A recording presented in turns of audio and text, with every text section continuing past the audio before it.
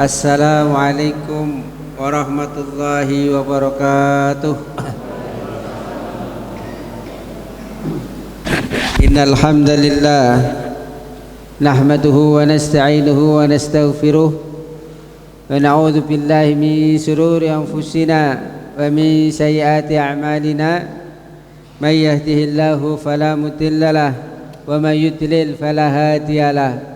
Asyhadu an la ilaha illallah asyhadu anna Muhammadan abduhu wa rasuluh. Allahumma salli wa sallim ala Muhammadin wa ala alihi wa ashabihi wa man tabi'ahum bi ihsanin ila yaumil qiyamah. Ayyuhal ihwa ittaqullah kama qala ta'ala ya ayyuhalladzina amanu taqullaha haqqa tuqatih wa la tamutunna illa wa antum muslimun. يا أيها الناس اتقوا ربكم الذي خلقكم من نفس واحدة وخلق منها زوجها وبث منهما رجالا كثيرا ونساء واتقوا الله الذي تساءلون به والأرحام إن الله كان عليكم رقيبا. يا أيها الذين آمنوا اتقوا الله وقولوا قولا سديدا يصلح لكم أعمالكم ويغفر لكم ذنوبكم ومن يطع الله ورسوله فقد فاز فوزا عظيما. وقال رسول الله صلى الله عليه وسلم من سلك طريقا يلتمس فيه علما سهل الله له طريقا إلى الجنة. اللهم إني أسألك علما نافعا ورزقا طيبا وعملا متقبلا. Bapak-bapak, ibu-ibu hadirin rahimakumullah yang insya Allah calon-calon penghuni surga, amin. Hari ini adalah hari-hari terakhir di tahun 2020. Innamal a'malu bil khawatim. Sesungguhnya segala amal itu tergantung akhirnya.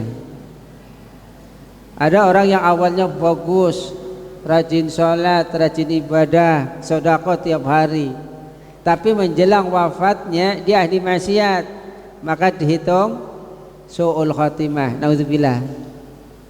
Awalnya jelek, jahat, bajingan lah, tetapi menjelang wafatnya dia bertobat, maka ketika meninggal dia bertobat, dihitung husnul khatimah. Awalnya jelek, meninggalnya pun jelek, berat ini. Awalnya baik, rajin sholat, istiqomah, semampunya, sedekah, akhirnya baik. Nah inilah yang disebut istiqomah husnul khatimah.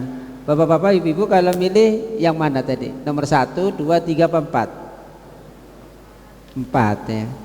Maka kita muhasabah di akhir tahun ini, sebentar lagi tahun 2020 itu tahun fitnah, tahun musibah, tahun bencana, tahun dimana bagi orang yang beriman itu dituntut kesabarannya. Maka muhasabah diri. Boleh jadi musibah yang menimpa kita, bencana yang menimpa kita itu karena dosa kita. Nah muhasabah itu apa Bapak Ibu? Berasal dari kata hasiba yasabu hisab.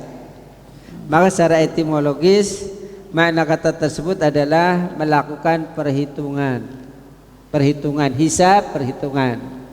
Sementara dalam terminologi syar'i, makna muhasabah sendiri adalah sebuah upaya dalam melakukan evaluasi terhadap diri sendiri dalam melihat kebaikan dan keburukan serta aspek keseluruhannya. Evaluasi atau introspeksi diri ini hubungannya ada 3, ingat-ingat ini ya. 1, hablum minallah. Kita hubungan sama Allah itu selama setahun ini kayak apa? Yang kedua, hablum minan nas. Hubungan sama Allah bagus, tapi sama manusia bagus apa enggak? Kayak dihitung-hitung ini. Nah yang ketiga, hablum minan nafas, yaitu hubungan terhadap diri sendiri. Makanan kita itu sudah pas belum? Makanan kita itu apa? Tentu hati kita itu biar benar itu gimana? Maka diintrospeksi diri. penyakit-penyakit hati selama ini masih ada, udah sembuh, apa sering-sering kambuh gitu ya. Nah ini kita hitung. Nah maka Masya Allah Bapak Ibu, sahabat Umar itu kalau mau tidur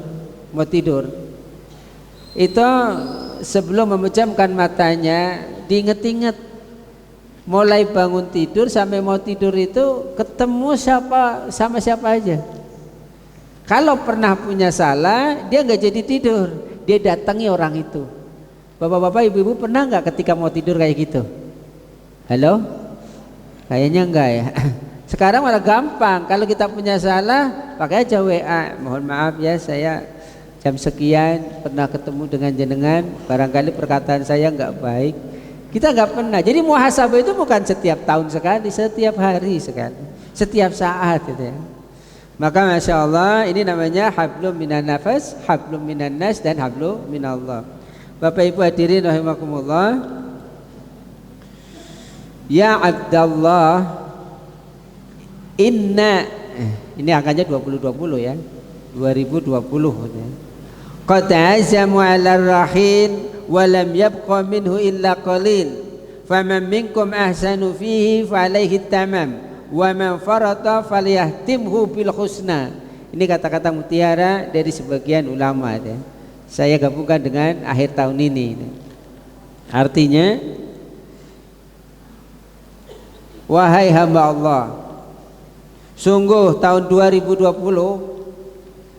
akan segera pergi dan tidaklah tersisa kecuali sedikit. Maka siapa saja yang sudah berbuat baik di dalamnya, hendaklah ia sempurnakan, dan siapa saja yang telah menyia-nyiakan, hendaklah ia menyudahinya dengan yang terbaik. Bapak Ibu hadirin rahimakumullah, sering ini ganggu.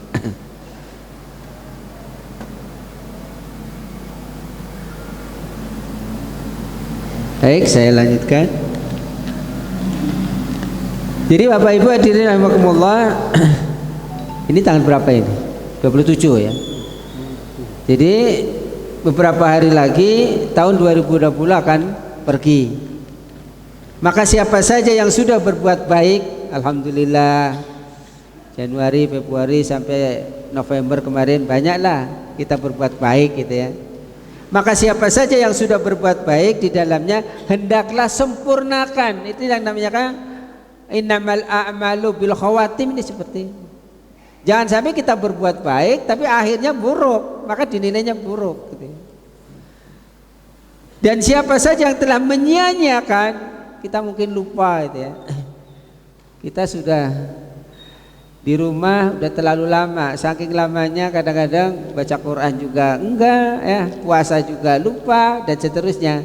Maka kita telah menyia-nyiakan, maka hendaklah menyudahinya dengan yang terbaiknya. Inilah pesan untuk kita renungkan gitu ya. Perbaiki apa yang tersisa darimu, maka Allah akan mengampuni atas apa yang telah lalu. Maka manfaatkan sebaik-baiknya apa yang masih tersisa, karena kamu tidak tahu kapan rahmat Allah itu akan dapat diraih. Bapak Ibu hadirin rahimakumullah, Allah kasih istimewa kita waktu. Maka Allah bersumpah banyak dengan waktu. Ada surat Al-Asr, wal asr, wadduha, wal lail. Maka ada waktu-waktu yang istimewa, 24 jam. Ada waktu istimewa, sepertiga malam terakhir.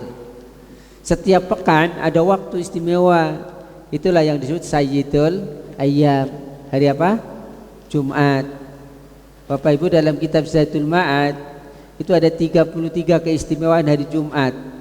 Enggak tahu Bapak Ibu sudah mengamalkan semua belum? Di antaranya kalau hari Jumat, kata Rasulullah sallallahu alaihi wasallam, aktsiru shalah, perbanyak sholawat. Pertanyaannya, jujur, Bapak Ibu kalau hari Jumat sholawatnya berapa kali? Ini di luar sholat itu ya. Kadang-kadang kan kita, wah iya ya, paling 10 kali. Perbanyak. Bahkan zikir yang utama di hari Jumat itu sholawat. Nah, itu diantaranya. Besok Allah akan membangkitkan hari Jumat bil azharil munirah, dengan bentuk bunga yang bercahaya. Maka sedekah yang terbaik hari Jumat, berdoa yang terbaik hari Jumat, beramal saleh hari yang terbaik hari Jumat. Masya Allah itu ya. Terutama hari Jumat menjelang maghrib. Bapak Ibu kalau hari Jumat baca surat apa? Surat Al-Kahfi. Malam apa siang? Halo? Ada, Ustaz, saya bacanya siang tapi hari Kamis, Jumat itu ya. Maka yang terbaik jangan Kamis sore ya. Yang terbaik ya habis maghrib, malam boleh, kemudian siang. Boleh 2 kali ya. Man qara'a surat Al-Kahfi fi yaumil Jum'ah. Maka ada hari Jumat itu penguatannya ada malam, ada siang gitu ya. Apa? Satu alahun nur, akan bercahaya bagi dirinya min tahti ala qadami, dari bawah kakinya ila ananis sama. Jadi nanti cahaya itu Bapak Ibu akan memancar kalau kita mendawamkan hari Jumat baca surat Al-Kahfi. Berapa ayat ya Bu? 110 ayat. Orang kalau kadang-kadang bacanya enggan, 110 kayaknya berat. Gak apa-apa lah, gak bisa baca sekaligus. Mungkin habis maghrib 20 ayat gitu. Habis isya 20 ayat, habis subuh banyakkan dikit 30 ayat. Jadi berapa? 40, 70 ya. Sisanya menjelang Jumat atau setelah Jumat. Selesai kan? Bapak Ibu hadirin rahimakumullah, kata sahabat Utsman, jika hatimu bersih, engkau tidak akan pernah merasa bosan membaca Al-Quran. Jadi kalau kita baca Quran baru 1 ayat, 2 ayat, kok apa ya males, ngantuk, itu menunjukkan hati kita kotor. Mestinya dilanjutkan, hatinya kotor kan obati dengan Al-Quran. Maka Imam Syafi'i pernah membaca Al-Quran habis sholat isya, saking asiknya tahu-tahu adzan subuh. Bapak-bapak pernah nggak baca Quran habis isya, saking asiknya tahu-tahu tidur gitu ya. Nah inilah bedanya kita. Maka Bapak Ibu hadirin rahimakumullah, cobalah lihat ayat ini. Ini ayat terkenal ini. Surat Al-Hasyr ayat 18. A'udzu billahi minasyaitonir rajim. Ya ayyuhalladzina amanu taqullaha wal tanzur nafsum ma qaddamat lighad wattaqullaha innallaha khabirum bima ta'malun. Di sini ada takwa 2 kali Allah nyebut. Takwa dalam Al-Quran banyak ya. Mungkin Bapak Ibu nanti bisa dicek.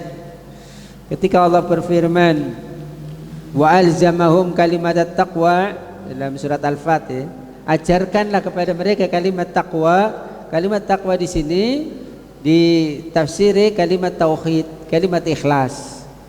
Ketika Bapak Ibu mau haji, mau umroh gitu ya, itu bertakwa.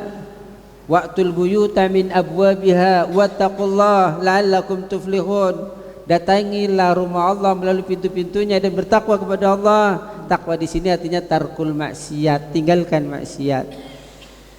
Ya. Jadi takwa itu maknanya banyak dalam surat Al-A'raf. Nah ini untuk bangsa Indonesia itu kalau nggak pakai takwa ini ya kayaknya seperti ini terus. Walau anna ahlal qura amanu wattaqau la fatahna alaihim barakatin minas sama'i wal ard walakin kadzdzabu fa akhadnahum bima kanu yaksibun. Kalaulah penduduk suatu negeri beriman dan bertakwa. Takwa di sini apa? Bertobat. Kita itu bukan malaikat, siapapun itu mesti punya dosa. Tapi punya dosa bukannya tobat, malah semakin dia mengatakan saya yang paling benar.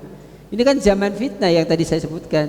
Yang baik dikatakan buruk, yang buruk dikatakan baik. Ini namanya fitnah.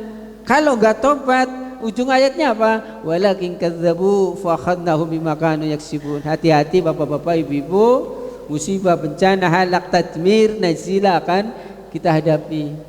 Masya Allah. Padahal Allah sudah berfirman dalam surat Al-Anfal ayat 25 ya, wattaqu fitnah, la tusibanna alladhina zalamu minkum khassah wa'lamu annallaha shadidul iqab. Hati-hati, waspada. Kalau fitnah udah datang, bukan khusus orang zalim saja yang kena, kita juga kena Bapak Ibu. Maka ingatlah ayat ini, semakin kita ingat, mestinya semakin kita mendekat diri kepada Allah Subhanahu wa taala. Ya ayyuhalladzina amanu taqullah, wahai orang-orang yang beriman, bertakwalah kepada Allah. Wal tandur nafsum ma qaddamat lighad, dan hendaklah setiap diri, jadi setiap diri bukan orang lain, setiap diri nafsun, kan tadi muhasabah ya, bagaimana kita diri kita dilihat gitu ya. Hendaklah setiap diri memperhatikan, wal tandur nafsum ma qaddamat lighad, memperhatikan apa yang telah diperbuatnya untuk hari esok. Tafsiran umum itu esok itu akhirat. Wattaqullah, dan bertakwalah kepada Allah. Innallaha khabirum bima ta'malun, sesungguhnya Allah Maha mengetahui apa yang kamu kerjakan. Bapak Ibu, takwa yang pertama menurut Imam Al-Qurtubi, ya ayyuhalladzina amanu taqullah, takwa yang pertama itu artinya dipahami sebagai tadi taubat. Selama 1 tahun ini mata kita itu sering berbuat maksiat, telinga kita sering mendengarkan yang gak beres, lisan ini katanya yang gak beres. Maka la tazulu qadama abdin, tidaklah menginjakkan kedua kaki ini hatta yus'al an arba, sehingga akan dimintai pertanggungjawaban 4 hal. Semua ini sama. Allah nggak pilih, semua sama, akan diminta pertanggungjawaban 4 hal.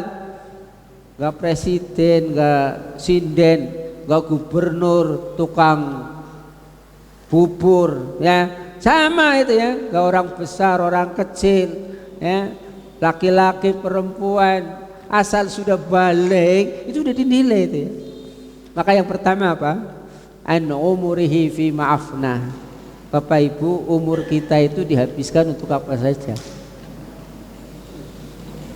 Dalam hadis qudsi, berapapun umur yang Allah berikan itu semua baik. Bapak Ibu mau milih yang mana, minta sama Allah, silakan.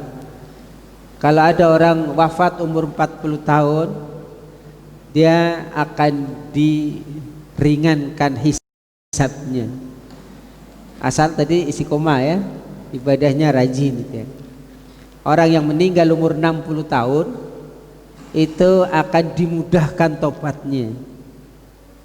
Orang yang meninggal umur 70 tahun, dan ini standar antara 60 sampai 70, sebagaimana hadis Rasulullah, inna a'mara ummati sittuna wa sab'una, sesungguhnya standar umur umatku itu 60 sampai 70. Siapa yang wafat umur 70 tahun akan dicintai malaikat.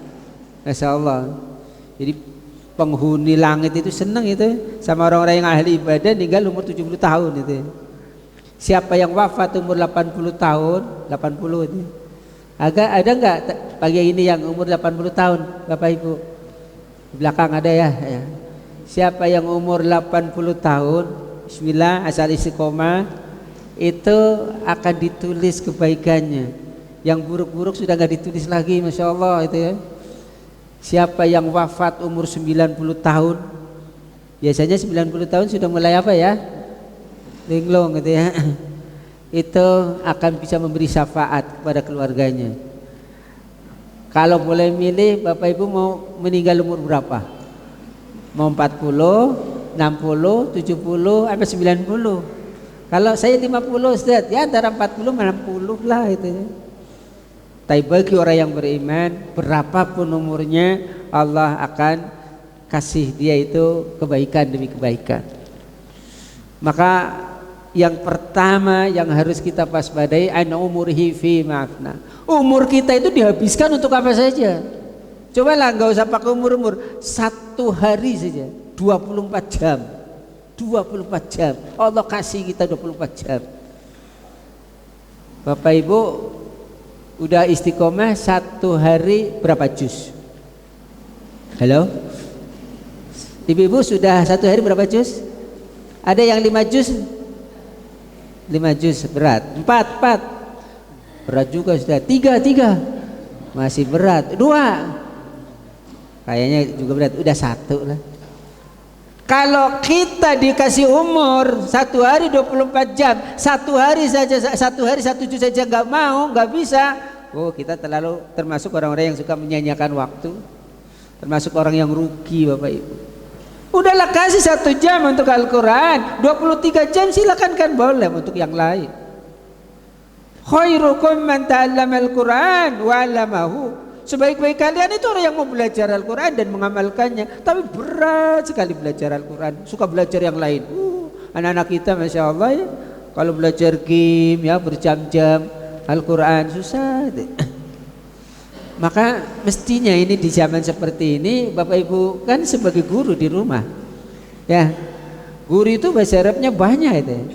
Ada mudaris, ada muallim ya, ada murabbi, ada muaddib. Ini Bapak Ibu jadi itu. Muaddib itu Bapak Ibu jadi guru tapi dirinya dulu pengen anaknya akhlaknya bagus, nah dirinya akhlaknya nggak bagus, nggak bisa. Itu namanya muaddib. Jadi kalau pendidikan sekarang mungkin anak-anak kita susah diatur, bisa jadi karena memang gurunya itu belum muaddib. Maka akhlak itu perlu dibetulkan dari sekarang. Nah ini muhasabah diri. Iya ya, saya punya murid tapi susah-susah diatur misalnya. Oh jangan-jangan kitanya itu ya. Jadi kalau kita kerja, kita ngajar, niatnya bukan ibadah, niatnya honor. Ya, niatnya, aduh gimana ini kalau saya nggak masuk nanti dimarahin. Enggak, bukan karena ibadah. Maka bayangkan Bapak Ibu guru dulu begitu ikhlasnya, sampai anak-anak nggak protes. Sekarang itu kan anak-anak sekarang pada protes. Nah hadirin yang berbahagia, maka ini penting saya sampaikan ini ya, bahwa kita itu umur itu dihabiskan untuk apa saja. Umur itu ada 4, usia itu ada 4. Yang pertama yang disebut aulad. Aulad itu anak-anak ya, dari lahir sampai balik. Ini masa Al-Qur'annya luar biasa ini. Jadi Bapak Ibu kita itu akan salah, akan berdosa manakala kita tidak mengajarkan Al-Qur'an kepada anak-anak kita. Justru yang diajarin yang lain. Hakul walid ala walatihi, kewajiban orang tua kepada anaknya itu utamanya apa? Wa yu'allimuhul kitab, mengajarkan Al-Quran. Jadi besok kita akan dihisab itu gimana umur kita. Umur 70 tahun ngajarin anak udah berapa ayat, berapa surat, berapa juz, sudah hatam sampai oleh orang tua belum? Enggak. Nah ini itu masa anak-anak, ini masa-masa luar biasa ini. Kemudian masa anak-anak udah gede itu ya, balik sampai umur 40 tahun itu namanya sabab ya, masa muda. Maka dalam hadis yang terkenal igtanim khamsan qabla khamsin adalah sababaka qabla haramik. Jagalah masa mudamu sebelum datang masa tuamu. Umur berapa tadi? Balik sampai 40. Maka dalam surat Al-Ahqaf sama surat An-Naml lah intinya ya, kita kalau sudah umur 40 suruh banyak bersyukur gitu ya. Rabbi auzi'ni an azkura ni'mataka allati an'amta alayya wa ala walidayya wa an a'mala shalihan tardahu wa aslih li fi dzurriyyati inni tubtu ilaika wa inni minal muslimin gitu. Bapak Ibu hadirin rahimakumullah, masa 40 sampai 60 itu namanya masa kuhul. Masa kuhul itu dewasa. Nah 60 sampai berapa lah terserah Bapak Ibu mau kemana, itu namanya masa suyuh, masa tua. Jadi orang dikatakan tua kalau menurut ini ya umur 60. Kalau 40 belum tua, 50 belum gitu ya. Nah inilah. Nah masa yang mau dihitung umurnya itu tadi, dari masa sabab itu, dari balik sampai meninggal. Ini yang pertama. Yang kedua Bapak Ibu hadirin rahimakumullah, anjisbihi fi ma'ablah. Yang akan diminta pertanggungjawaban kita itu apa? Jasad kita. Allah kasih mata, Allah kasih telinga, Allah kasih lisan, gerakan tubuh, ruas-ruasnya semua, langkah kaki itu semua akan dihisab. Ainani, ada 2 mata yang tidak akan tersentuh api neraka. Sudah diamalkan belum ini? Yang pertama ainun bakat fi khasyatillah, mata yang menangis karena takut kepada Allah. Bapak Ibu pernah nangis enggak? Sering. Nangisnya ngapain? Gak punya uang, Ustaz, ini susah, ini zaman pandemi. Bukan itu. Ainun bakat fi khasyatillah, mata yang menangis karena takut kepada Allah. Ya Allah, Engkau kasih umur saya segini, tapi banyak sekali maksiat yang saya lakukan. Nangis itu. Tetesan air mata, ada sekitar 10 tangisan dalam kitab Zadul Ma'ad. Nah, tangisan-tangisan yang luar biasa itu adalah tangisan yang takut karena kepada Allah Subhanahu wa taala. Enggak takut sama yang lain, takutnya hanya kepada Allah. Kita kan takut sama hamba Allah. Yang kedua apa? Ainun batat takhrusu fi sabilillah, mata yang berjaga karena di jalan Allah. Bapak Ibu kalau bangun malam jam berapa? Sholat malam jam 4 udah subuh ini sebentar itu ya. Sekali-kali kayak Imam Syafi'i itu ya, gak tidur semalaman berjaga di jalan Allah. Pernah nggak? Pernah. Ketika sakit ya, nggak bisa tidur ya teh. Coba nggak bisa tidurnya itu dinikmati untuk baca Quran, untuk qiyamul lail, untuk berdoa. Jadi Bapak Ibu nanti besok di hari kiamat itu ada syafaat sahabat, syafaat teman. Jadi syafaat itu banyak ya. Yang terkenal kan syafaat uzma. Syafaat teman itu masing-masing itu nanti akan bisa memberi syafaat. Maka jadikanlah yang dekat tetap dekat, yang jauh jadi dekat. Caranya gimana? Dekat tetap dekat, saling berbagi gitu. Yang jauh terasa dekat, doakan gitu. Jangan kadang-kadang kita mendoakan karena diminta atau tidak, bagi orang yang beriman itu saling mendoakan. Idza da'a ar-rajul li akhihi bi dhahril ghaib wa qalatil malaika amin. Jadi apabila kita mendoakan walaupun enggak tahu ya, apa doakan saya doakan Bapak Ibu, nggak tahu itu ya. Maka malaikat pun akan mendoakan yang seperti itu ya, dan amin gitu ya. Itu ibadah, doa wal ibadah. Bapak Ibu, ini kan zamannya medsos ya, medsos. Kadang-kadang kita share yang menimbulkan dosa. Ibu-ibu biasanya di profilnya itu kan gambarnya ibu ya, ya. Ibu-ibu sudah 70 tahun yang dipasang waktu umur 20 tahun gitu ya. Cantik sekali gitu ya. Hanya banyak yang tertarik gitu ya. Kalau itu menimbulkan fitnah, mendingan ganti aja lah. Jadi semua akan dihisap. Dia tidur dapat dosa karena waktu jaganya dia bermaksiat, akhirnya itu yang di-share itu tetap dimati oleh orang-orang yang sudah meninggal. Itu dosanya masih mengalir terus karena dia itu nge-share hal-hal yang buruk-buruk gitu. Maka dulu pernah saya sampaikan ya, ada amalan-amalan yang akan mengalir terus pahalanya, dan ini kuatkan itu ya. Di antaranya adalah man 'allama ilman, orang yang terus mengamalkan ilmu. Kita share yang manfaat lah ya. Kalau profilnya itu tiap hari ganti, tapi di situ ada pesan gitu ya, orang yang baca itu jelas itu ya. Man 'allama ilman wa ghurasa nahlan, itu menanam tanaman. Kemudian wa ajrun nahron, itu mengalirkan sungai ya. Kemudian wa bana masjidan, membangun masjid. Wa warasa mushafan Al-Quran. Wa taraka walatan yastaghfiru. Ini amalan-amalan yang akan mengalir terus pahalanya walaupun kita sudah meninggal. Jasad, jadi akan dihisab. Ini kaki ini akan dihisab Bapak Ibu. Tempat hiburan yang jauh terasa dekat, masjid yang dekat terasa jauh. Ini hisabnya gimana nanti kaki ini? Yang ketiga setelah umur dihisab. Yang kedua adalah apa tadi? Jasad kita, fisik kita. Yang ketiga Bapak Ibu adalah ilmunya tadi, ilmunya. Nah yang keempat, ammalihi min ainak tasabahu wa fima anfaqu, hartanya dihabiskan untuk apa saja dan kemana infakkan. Nah Bapak Ibu hadirin rahimakumullah, saya mohon doanya ini ya. Jadi ketua pimpinan daerah Muhammadiyah Kota Tegal, yaitu ahli sedekah ya, ini sedang mewakafkan 2 masjid. Masjid yang satu sudah jadi, masjid yang satu ini lagi ya finishing gitu ya, untuk kantor pimpinan daerah Muhammadiyah Kota Tegal itu. Tapi Allah takdirkan kemarin meninggal dunia setelah dirawat kurang lebih sekitar di rumah sakit 23 hari lah ya. Kata dokter saya itu jamaah itu, ini pasien terlama di ruang ICU mandiri. Sebenarnya dia negatif itu ya, COVID-nya negatif, udah jelas tanggal 7 negatif, kemarin tanggal 20 negatif, paru-parunya udah bagus, tapi jantungnya lemah, ya dia meninggal, ya mudah-mudahan husnul khatimah itu ya.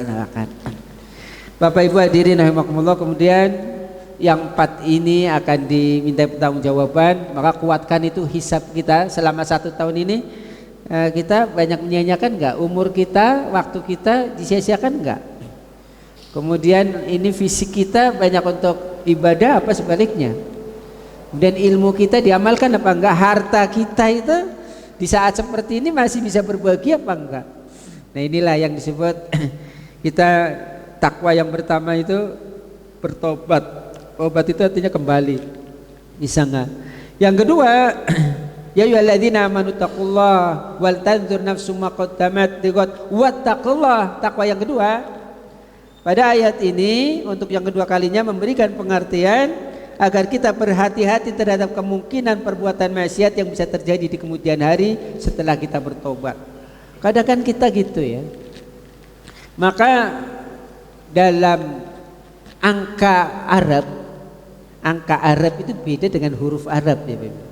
Kalau huruf Arab kan abata saja khoda. Tapi kalau angka Arab abajadun hawasun hatoyun gitu ya. Sudah pada hafal belum? Kalau belum saya lihatkan ini. Nah ini angka Arab namanya. Dalam angka Arab urutannya berbeda dengan huruf hijaiyah. Itulah makna perjalanan hidup sejarah kita sebenarnya manusia. Kalau ngitungnya Bapak Ibu, alif itu angka 1, ba itu angka 2, yang ketiga itu bukan sa tapi ja 3, da abajadun 4. Setelah 1 sampai 10 itu nanti lanjutannya bukan 11, 100 dan seterusnya ya, 20 dan seterusnya. Nah kita lihat ini dulu. Abajadun, abun artinya apa? Bapak. Jadun kakek. Bapaknya kakek siapa? Kita punya kakek. Terus bapaknya kakek siapa Pak? Buyut. Bapaknya buyut? Cangga. Bapaknya cangga? Nggak tahu ya. Ada nggak yang itu ya? Ada udek-udek, ada gerobak sentet, pokoknya debok bosok gitu ya sampai itu ya. Abajadun itu maksudnya bapaknya kakek siapa? Nabi Adam alaihissalam. Nabi Adam alaihissalam. Hawazun itu artinya nazala. Nazala itu turun, diturunkan oleh Allah dari surga ke bumi. Karena apa? Hatoyun, punya dosa, punya salah. Khotoyaya. Kita itu semua gitu. Gak ada orang itu suci. Kita bukan malaikat, pasti punya dosa. Dan yang terbaik adalah kita harus bertobat. Ini namanya abajadun hawasun hatoyun. Rabbana zalamna anfusana wa illam taghfir lana wa tarhamna lanakunanna minal hasirin. Ini doa yang sangat indah dari Nabi Adam alaihissalam atas petunjuk Allah. Itu namanya kalamanun. Nabi Adam setelah berdosa diturunkan oleh Allah dari surga ke bumi, dia mengaku salah, berdoa. Doanya diterima, namanya kalamanun. Kalamanun. Tadi kan abajadun hawasun hatoyun ya, itu sudah 10 ya. Maka K itu jangan ngitung 11, tapi angka lipatannya 20, la 30, ma 40, na non itu 50. Nanti Bapak Ibu namanya siapa? Dimasukkan angkanya, keluarnya apa? Jangan dipasangi itu ya.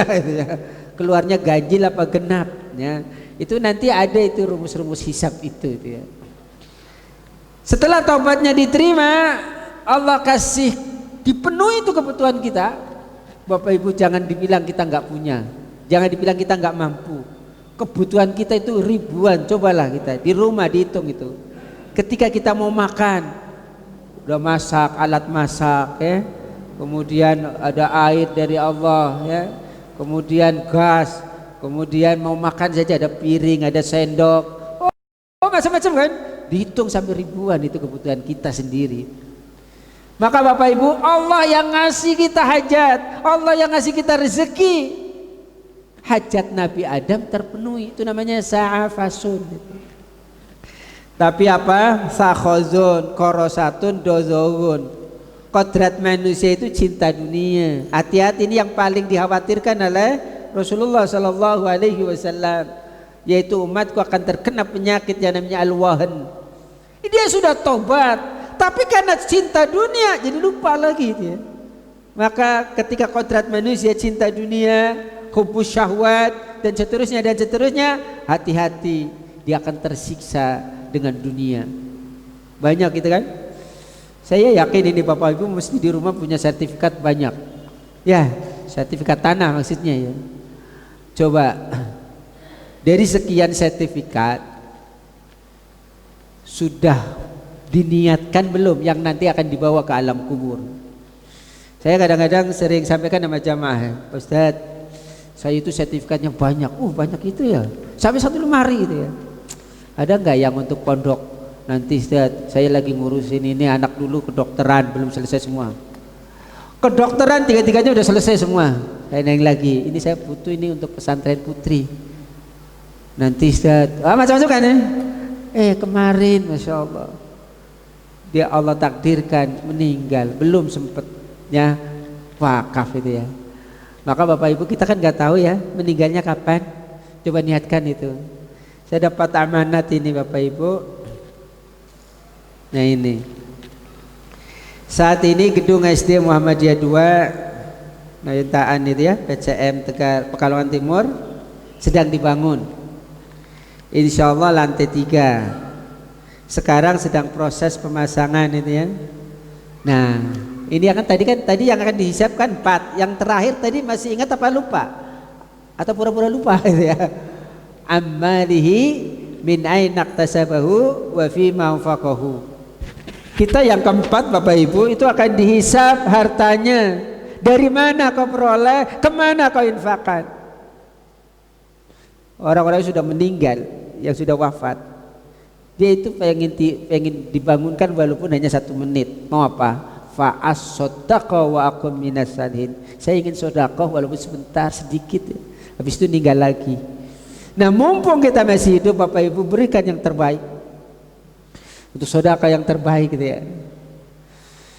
Fatimah. Siapa Fatimah Bu? Putrinya Rasulullah Sallallahu Alaihi Wasallam. Ada 4 wanita calon pemimpin ibu. Pelajari itu. Yang pertama Asyah, yang kedua Maryam, yang ketiga Khadijah, yang keempat Fatimah. Fatimah itu ahli sedekah gitu ya. Suatu kali ada musafir kepada Rasulullah meminta sedekah. Pas Rasulullah tidak ada sesuatu pun yang dimakan aja nggak ada. Hanya dia sampaikan, wahai musafir, pergilah ke anakku Fatimah. Setelah itu datang, assalamualaikum, waalaikumsalam. Ya putri Rasulullah, saya disuruh oleh Rasulullah untuk kesini. Saya musafir, kehabisan bekal. Saya nggak punya baju, saya mau nggak punya kendaraan, saya pengen pulang, nggak punya uang nanti untuk bekal di rumah. Gitu. Izinkan saya minta sedekah. Gitu. Terang-terangan itu. Fatimah berpikir, yang dimakan juga nggak ada. Ini lagi pacekliknya paceklik ini. Ini dulu ya anaknya presiden sampai paceklik. Kalau sekarang itu nggak ada ya. Bapak Ibu hadirin rahimakumullah, teringat harta yang paling dicintainya. Diambillah dari bilik kainnya, diambil. Ini hartaku satu-satunya. Mas kawin, kalung, ya. Ibu-ibu kalung pernikahan masih enggak? Kalau nasi nanti dikasihkan ini nih, berkah itu luar biasa itu ya.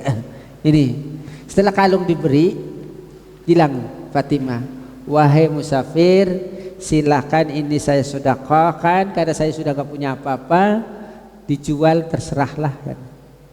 Singkat cerita, bergembiralah, terima kasih musafir itu datang kepada Rasulullah Sallallahu Alaihi Wasallam. Ya Rasul, alhamdulillah saya dapat ini dari putri panjenengan. Rasulullah terenyuh, inilah anakku gitu ya.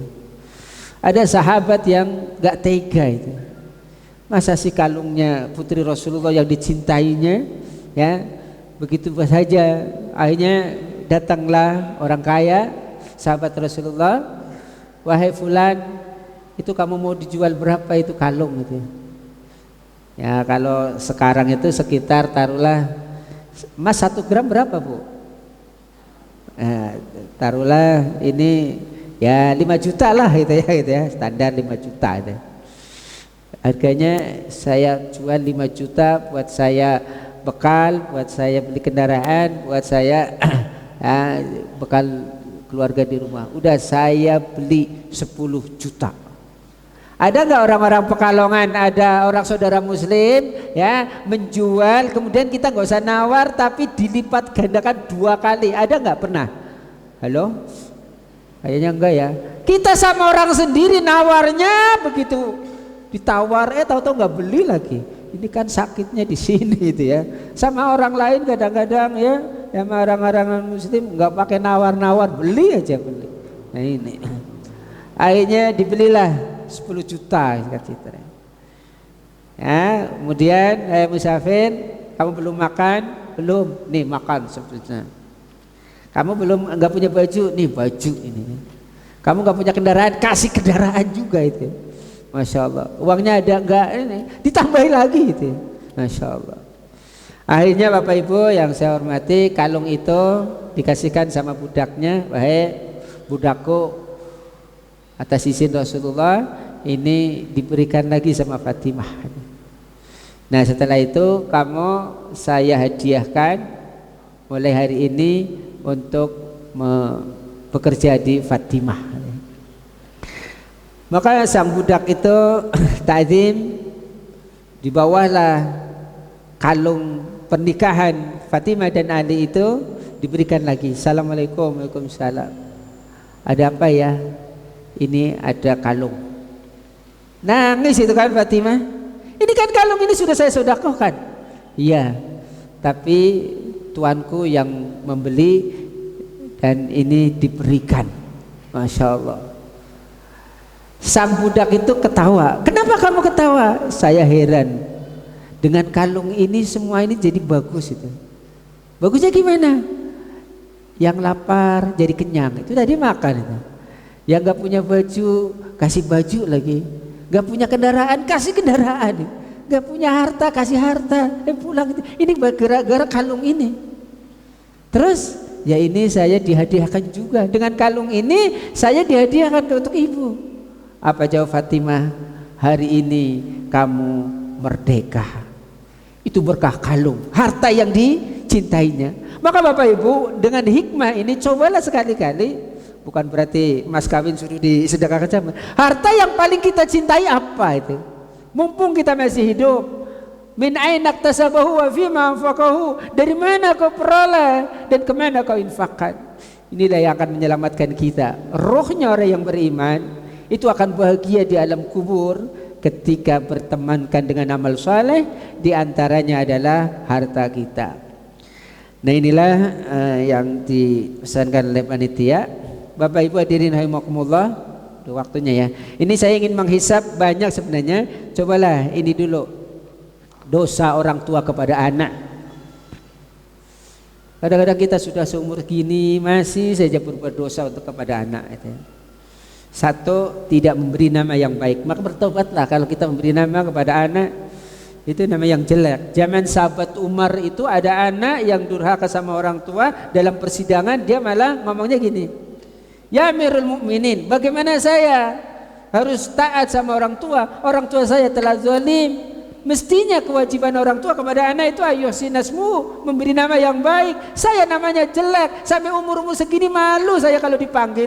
Setiap saat dipanggil saya nangis itu. Dalam satu riwayat namanya itu Ju'lan. Ju'lan itu kalau bahasa Tegarnya tembelek. Bahasa sini apa Pak? Kotoran ayam apa namanya? Oh ya. Masa kasih nama itu? Nah ini. Maka kalau hari ini Bapak Ibu masih ada nama-nama, maaf ya, kadang-kadang namanya baik tapi nama-nama orang yang nggak ahli ibadah, makanya sudah jadi ini ya, udah akte kelahiran itu ya. Ini berdosa ini. Yang kedua, tidak mengajarkan Al-Quran. Anak kita sudah sampai berkeluarga, ada orang nyesel dikuliahkan sampai luar negeri, pas ibunya meninggal gak bisa apa-apa, buru-buru sholat, baca Quran gak bisa.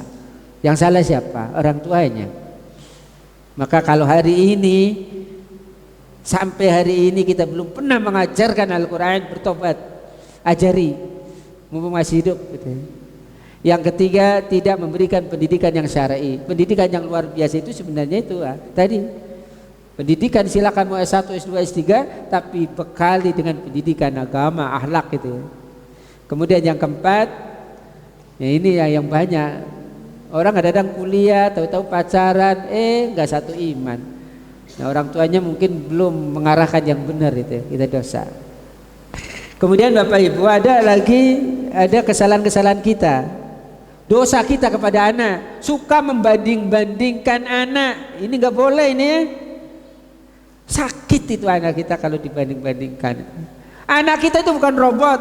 Kadang-kadang ini antara kakak adik ini angka, kemarin ada ini ya, PAUD itu sudah bisa menilai. Kalau bapak ibu suka membanding-bandingkan kakak dengan adiknya, itu pendidikan yang salah.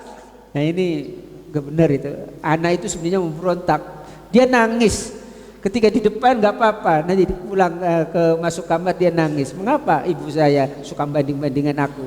Memang aku jelek nilainya, tetapi saya malu, itu dosa itu Bapak Ibu. Ini suka membanding-bandingkan.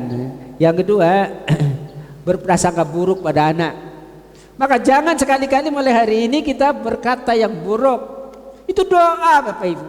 Dasar anak setan. Ya benar dikatakan anak setan. Anaknya setan, bapaknya apa? Iblis itu ya. Susah diatur, ya udah susah terus. Imam besar Masjidil Haram itu anaknya nakal waktu itu ya, Mama Sudes. Tetapi ketika marahnya ibu, dia mengatakan, hei kamu pergi dari sini, jangan pulang sebelum kamu jadi imam Masjidil Haram. Itu kan jadi itu. Ibu gitu kalau lagi cekel gitu. Udah kamu pergi sana, jangan pulang kalau kamu belum jadi presiden gitu aja, jadi pulang jadi presiden. Nah ini ya, jangan suka mengekang kebebasan anak, tapi bukan berarti kita bebaskan sebebas-bebasnya, kita ada aturan gitu ya. Kemudian Bapak Ibu menuntut anak menjadi dewasa sebelum waktunya, ini juga salah itu ya. Tidak menghargai keinginan anak. Kita kadang-kadang memaksa, kamu harus jadi dokter, tahu-tahu nggak lulus kan, gara-gara pemaksaan itu ya. Ya, jadi yang keenam, menuntut anak untuk membahagiakan orang tua. Bapak Ibu itu terserah Allah, kewajiban kita itu mendidik anak. Allah nanti akan membimbingnya itu. Selama ini mungkin kita karena salah, Bapak Ibu hadirin rahimakumullah, disuruh sholat malah dia nggak sholat lagi. Pemaksaan yang kurang benar itu. Kemudian tidak peka terhadap perasaan anak. Maka komunikasi dua arah antara orang tua dan anak sangatlah penting. Coba dimuhasabah. Selama ini kita yang 77 ini sudah benar diperhatikan atau enggak? Ini kepada orang tua kepada anak. Sekarang ada 11 kewajiban suami kepada istri. Saya tekankan. Bapak-bapak ada 11 ini sudah dipenuhi semua belum? Suami-suami akhir zaman sekarang enggak sehebatnya zaman dulu itu ya. Yang pertama memberi makan. Banyak para suami-suami makan enak di warung, istrinya makannya di rumah, kasih aja tempe aja gitu. Ini berdosa itu ya. Kita suka traktir teman-teman gitu kan. Maka kalau kita suka traktir teman-teman sama-sama, bagus itu pahalanya Wan. Tapi ingat istri itu kewajiban suami, dibungkuslah ke rumah. Ini kan kadang-kadang makan sate di rumah, maka istrinya dikasih apa? Sate juga, tapi sate tempe gitu ya. Nah ini dimakan. Ini masalah kecil, tapi kadang-kadang kita jadi salah juga. Memberi pakaian, suaminya pakaiannya bagus-bagus, istrinya jelek-jelek. Lah bagaimana istri kita tambah menarik? Waktu belum punya anak, istri kita cantik-cantik ya Pak. Punya anak 1, 2, 3 sudah mulai cantiknya hilang. Ini gara-gara siapa? Gara-gara suami kan. Tapi suaminya maunya enak aja gitu ya. Maka biar istri kita cantik, beri baju yang bagus lagi gitu ya. Memberi pakaian yang syar'i tentunya. Yang ketiga, memberi kasih sayang tidak menyakiti. Yang keempat, tidak menjelek-jelekan. Kadang-kadang kita, masya Allah ya, suka menjelek-jelekan istri kita di depan orang lain, itu dosa ya. Meninggalkan hanya di rumahnya, bukan tempat lain. Kadang-kadang orang ini, saya mau rapat, tapi saya mau belanja. Akhirnya Bapak Ibu dengan asiknya dia bawa istrinya, kemudian istrinya ditinggalkan di mall. Nanti ya saya tuh, ini dosa sebenarnya itu. Mau meninggalkan itu di rumah itu, jalan. Ini enggak dapat kebaikan. Di mall itu akan dapat kebaikan. Bahkan Bapak Ibu hadirin rahimakumullah, ini enggak ada saya sampaikan, mungkin sudah diamalkan belum. Ini kita kan sering ibu-ibu ke pasar, ke mall itu ya. Alfa itu 1000, alfi itu 1000, 1000 kali 1000 sebutnya. Berjuta-juta kebaikan akan ditulis, berjuta-juta keburukan akan dihapus, berjuta-juta derajat akan diangkat. Apabila seorang suami atau istri pergi ke mal, ke pasar dengan syar'i, menggunakan kaki kiri dan berdoa memohon kepada Allah. Ini hadisnya sahih, tapi saking ringannya, gampangnya, banyak orang yang nggak ngamalkan itu. Padahal pahalanya luar biasa. La ilaha illallah wahdahu la syarikalah, lahul mulku wa lahul hamdu, yuhyi wa yumit wa huwa hayyun la yamut, biyadil khair wa huwa ala kulli syai'in qadir. Ini doa masuk mall, masuk pasar. Pertanyaannya, ibu-ibu dibaca enggak doa ini? Halo? Nah ini. Padahal kan gampang gitu ya. Bapak-bapak juga gitu. Beribu-ribu kebaikan akan ditulis, beribu-ribu keburukan akan dihapus, beribu-ribu derajat akan diangkat. Baca itu. Ajari itu semua anak-anak kita. Baik. Jadi mengajarkan ilmu agama, menasihati dengan baik, mengizinkan istri keluar yang tidak menimbulkan fitnah. Ini kan istri-istri akhir zaman, istri-istri wanita karir, masa idah begitu bebas dia keluar, kadang-kadang itu ya. Ini perlu diperhatikan, nasihati agamanya itu ya. Ini mungkin kita selama ini kurang respect kan. Kemudian berlaku adil, ini bagi yang istrinya lebih dari satu gitu ya. Sepulang dari safar, suami itu jangan langsung ke rumah. Sunnahnya sholat 2 rakaat di masjid terdekat, lalu bersetubuh dengan istrinya. Bapak-bapak suka mengamalkan yang nomor 10 enggak? Iya, 10 iya, tapi yang lain enggak itu ya. Nah. Yang ke-11, waspada terhadap fitnah wanita. Ini dihitung-hitung gitu ya, selama umur kita ini ada enggak yang enggak dikerjakan. Kemudian istri sekarang, kalau suami ada 11, istri 9 saja udah dakhalal jannah itu ya. Yang pertama, taat sama suami, wa ta'at zaujaha. Syukuri suami yang ada. Maka saya sering dapat curhatan dari ibu-ibu, dari bapak-bapak juga itu ya. Pak, gara-gara reuni sekarang rumah tangga saya jadi kayak gini. Makanya gak usah datang itu reuni, karena CLBK apa? Cinta lama bersemi kembali itu ya. Nah ini, karena nggak syukur dengan suami yang ada. Saya itu banyak yang senang Pak. Ketemu lagi sama yang senang, udah tadi itu. Maka taat bagaimanapun harus sama suami. Wa ta'at zaujaha. Rasulullah pernah menyampaikan, kalau ada hamba Allah boleh sujud di depan hamba, saya ingin menyuruh wanita istri sujud di depan suami. Nah, yang kedua, bersyukur dengan suami yang ada, jangan ngeluh, mengurus rumah tangga dengan baik. Ini jihadnya ibu-ibu. Berhias diri, senyum, tidak bermuka masam di depan suami. Man tasurruka idza absorta, apabila dilihat oleh suamimu maka menjadikan suamimu bergembira. Senyum gitu ya. Tanggal muda senyum, tanggal tua senyum, tapi beda itu ya. Jadi terus ternyata itu obat yang paling murah itu senyum Bapak Ibu. Kemudian yang kelima, tidak boleh mengungkit harta pemberian suami, tidak menyakiti baik dengan ucapan atau perbuatan. Sekali saja ibu-ibu menyakiti hati suami, bidadari di surga akan marah. Dia akan mengatakan, wahai para istri, jangan kau sakiti suami-suamimu, karena kalau hari ini suamimu disakiti dan tidak ridho, kamu tidak akan masuk surga dan suamimu akan bersama aku. Tuh kata bidadari. Ibu sama siapa nanti? Suaminya sama bidadari. Nah ini ya, maka jangan sakiti suami itu ya. Berbuat baik kepada mertua. Ini kadang-kadang salah ini ya. suaminya yang menyayanginya. Mengapa dia suami itu sukses? Karena ibunya. Kita nggak pernah membiayainya. Kok sama mertua nggak sayang? Ini yang kadang salah. Banyak ini kadang-kadang menantu perempuan sama mertua perempuan nggak cocok, nggak tahu itu. Ada suami pengen ke rumah ibunya, baru 5 menit aja di WA, Pak, ini Pak, ini anaknya nangis, ini lagi rindu sama ibunya. Bahaya. Nah ini, jadi berbuat baik kepada mertua dan kerabat suami, menjaga rahasia suami dan rumah tangga, bersungguh-sungguh menjaga rumah tangga. Bapak Ibu hadirin rahimakumullah, mungkin itu saja yang dapat saya sampaikan. Kalau nanti ada waktu tanya jawab monggo ya. Tapi kayak lihat itu kayaknya pada ngantuk apa enggak ini ya Bapak Ibu ya. Akhiri tahun 2020 dengan yang baik. Innamal a'malu bil khawatim. Sesungguhnya segala amal tergantung akhirnya. Wallahu a'lam bishawab. Subhanaka Allahumma wa bihamdika asyhadu an la ilaha illa anta astaghfiruka wa atubu ilaik. Assalamualaikum warahmatullahi wabarakatuh.